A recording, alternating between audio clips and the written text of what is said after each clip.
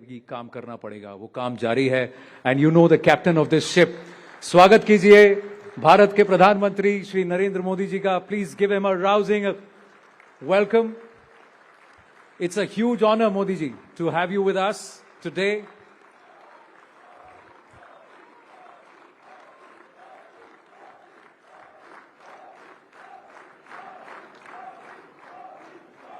Sir, ये spontaneous है. May I now request Rahul Joshi, Managing Director and Group Editor-in-Chief, Network 18, to please welcome the Honorable Prime Minister.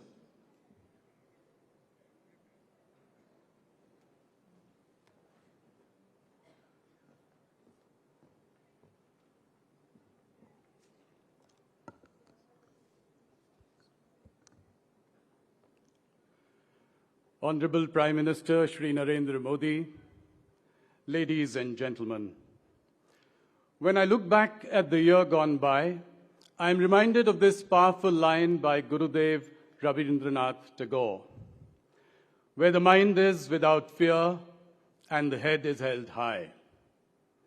If Pahalgam was a barbaric, cowardly, dastardly act of terror, Operation Sindoor was a fitting, retaliatory act of bravery, courage, and conviction.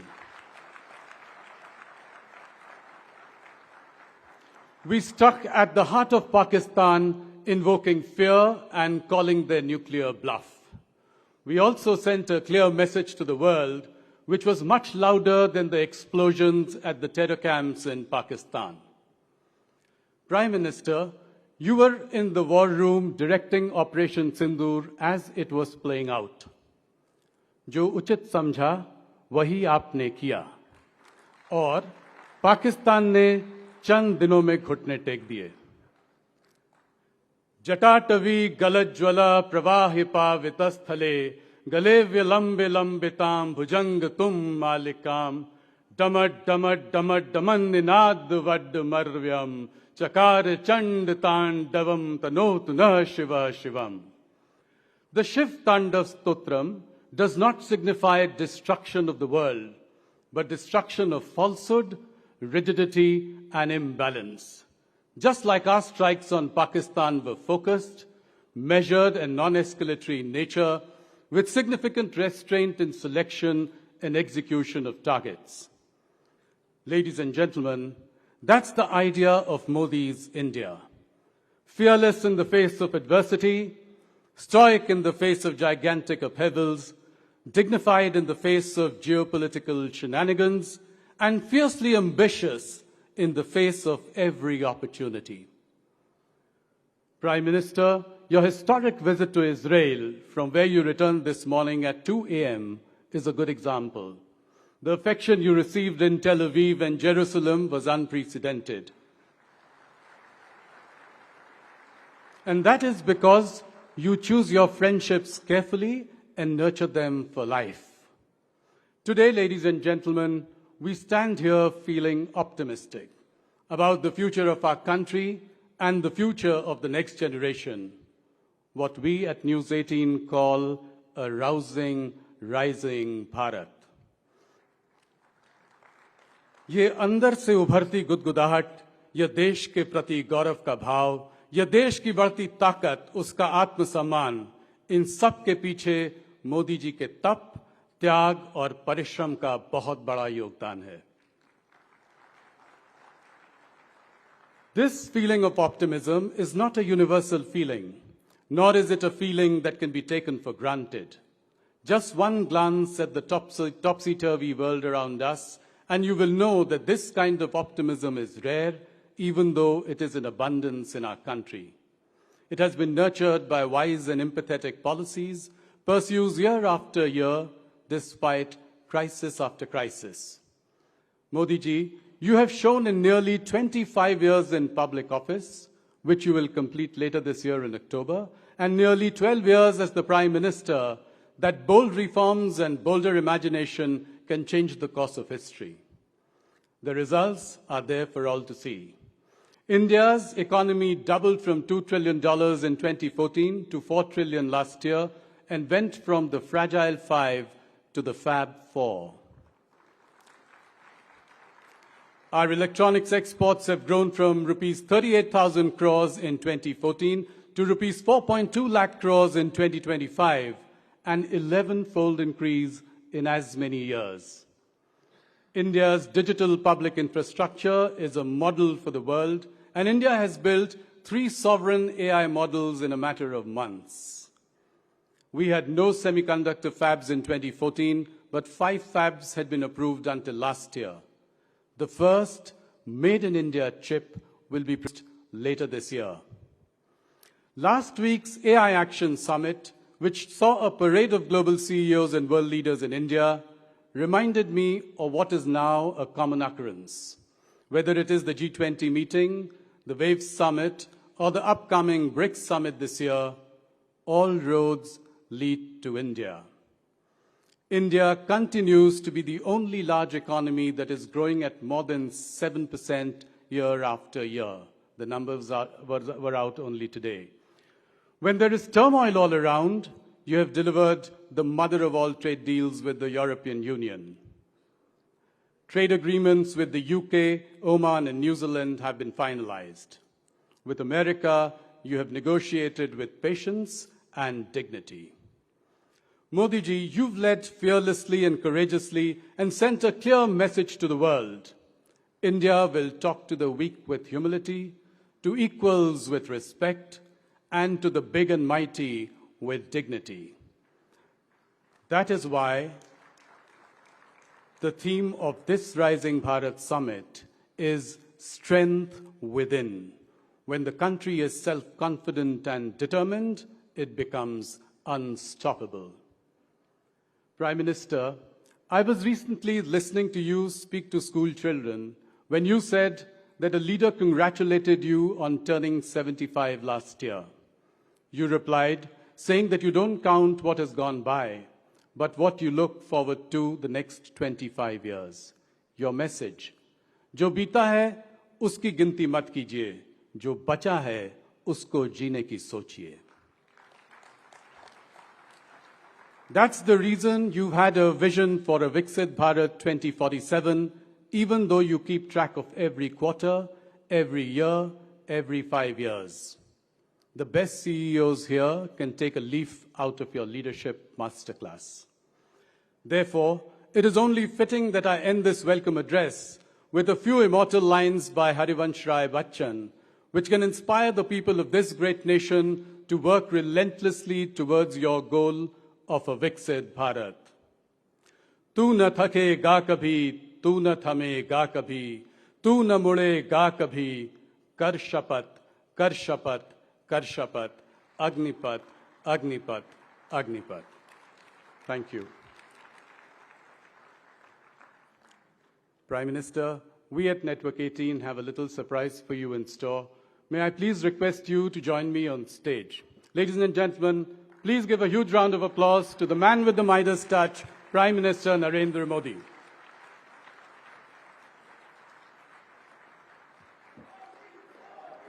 प्रधानमंत्री जी, हमारी team ने आपके लिए एक खास gift तैयार किया है.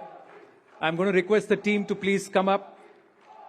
ब्रजेश जी, रश्मि, सौम्यदीप, नदीम, त्रिपर्णा, उत्पल, अलंकार, शांतनु, इन सब ने मिलकर आपके 75वीं सालगिरह के लिए कुछ खास किया था. प्रधानमंत्री जी देखिए.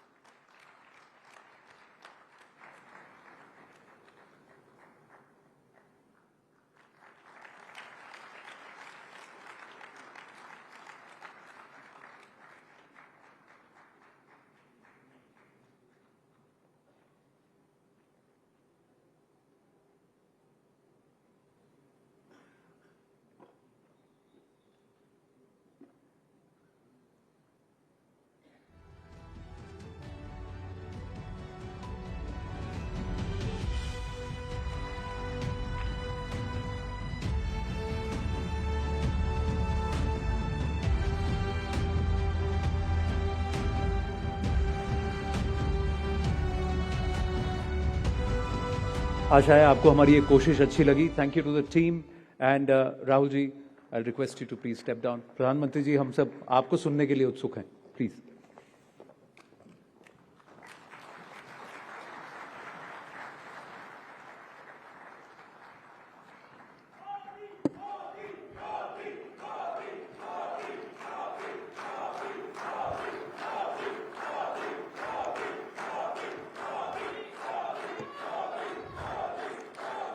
इजराइल की हवा यहां भी पहुंच गई है.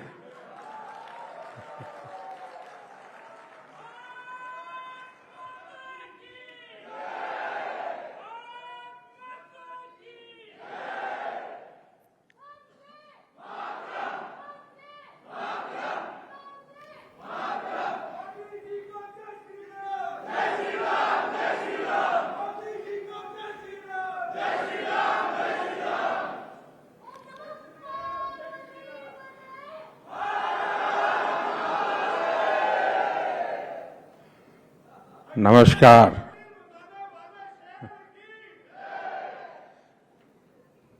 नेटवर्क 18 के सभी पत्रकार, इस व्यवस्था को देखने वाले सभी साथी, यहां उपस्थित सभी महानुभाव, देवी और सज्जनों, आप सभी राइजिंग भारत की चर्चा कर रहे हैं और इसमें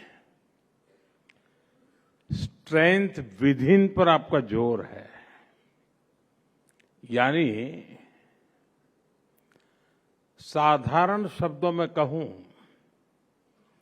तो देश के अपने खुद के सामर्थ्य पर आपका फोकस है.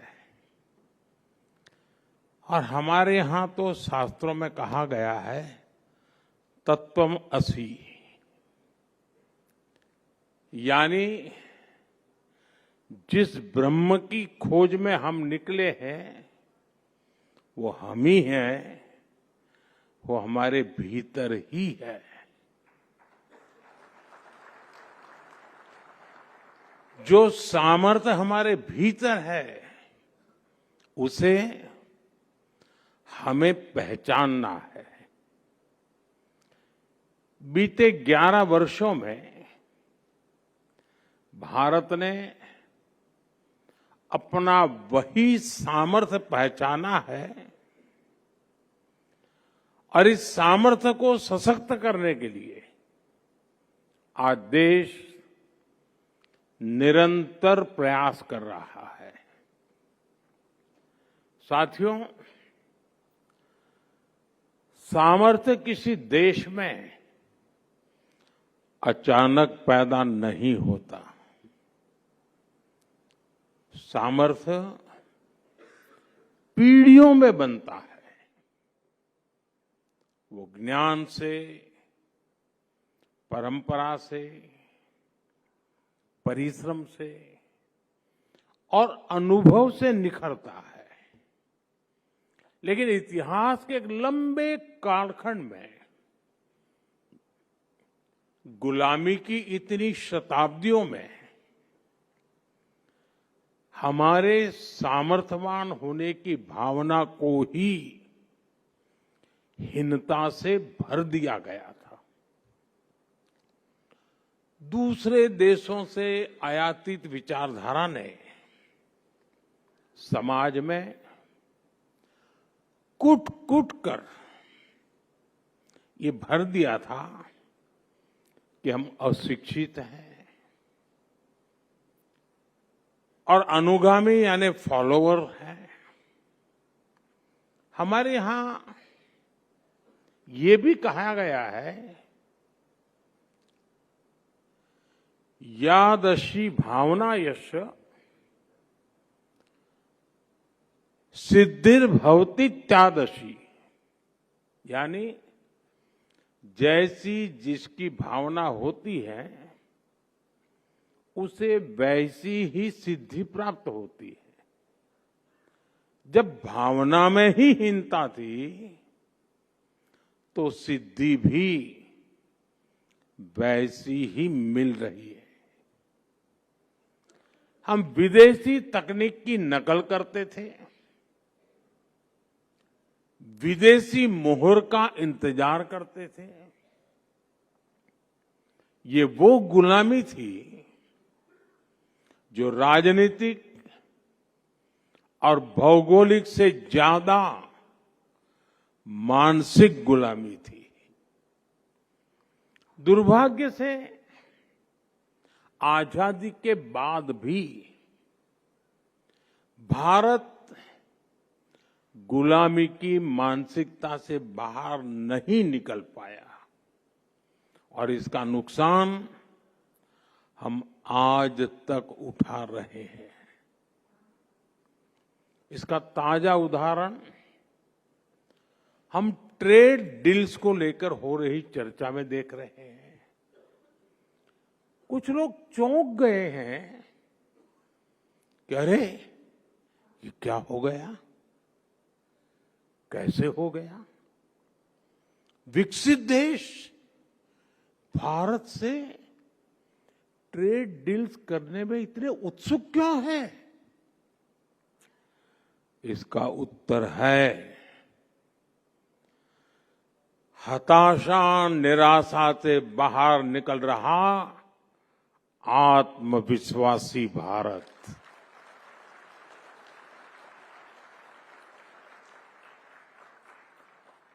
अगर देश आज भी 2014 से पहले वाली निराशा में होता, फ्रेजाइल 5 में गिना जाता, पॉलिसी पैरालिसिस से गिरा होता, अगर ये हाल होते तो कौन हमारे साथ ट्रेड डील्स करता? अरे हमारी तरफ देखता भी नहीं। लेकिन साथियों, बीते 11 वर्षों में देश की चेतना में नई ऊर्जा का प्रवाह हुआ है।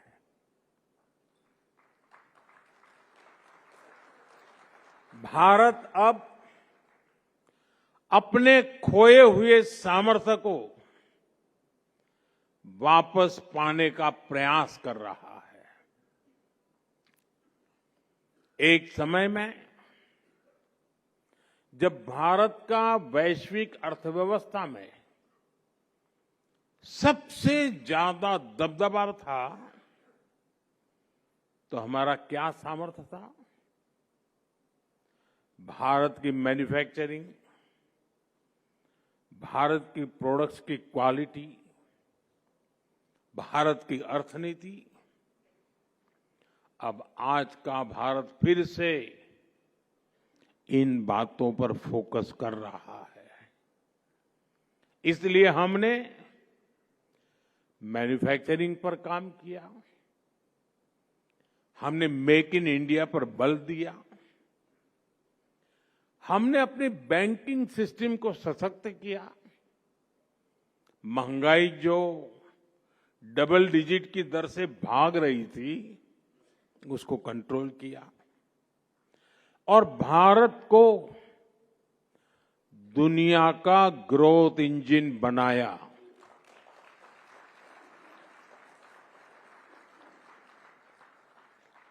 भारत का यही सामर्थ्य है कि दुनिया के विकसित देश सामने से भारत के साथ ट्रेड डील करने के लिए खुद आगे आ रहे हैं।